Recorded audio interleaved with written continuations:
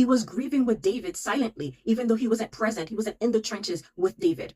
And that is when David learned that Ziba lied to him, that all of the donkeys and the provision that Ziba brought to David were actually Mephibosheth's idea.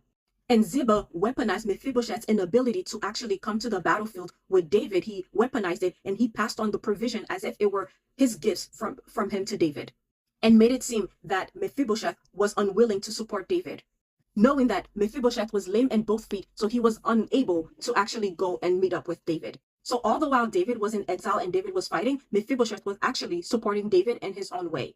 And that's why it's important to remember that just because someone is not in the front lines with you does not mean that they're not supporting you. They may have certain limitations that keep them from supporting you and keep them from physically being present with you. They may have health issues, they may have family problems, or even distance. So don't judge those who can't show up for you the same way that others have, because they might still be your silent supporters.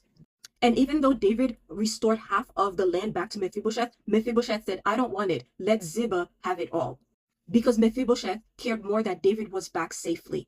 And this shows that Mephibosheth has been loyal and grateful to David because David had restored him in the first place. So even though our brains are wired to believe the first narrative, I want you to try to not pick sides before you hear both sides of the story.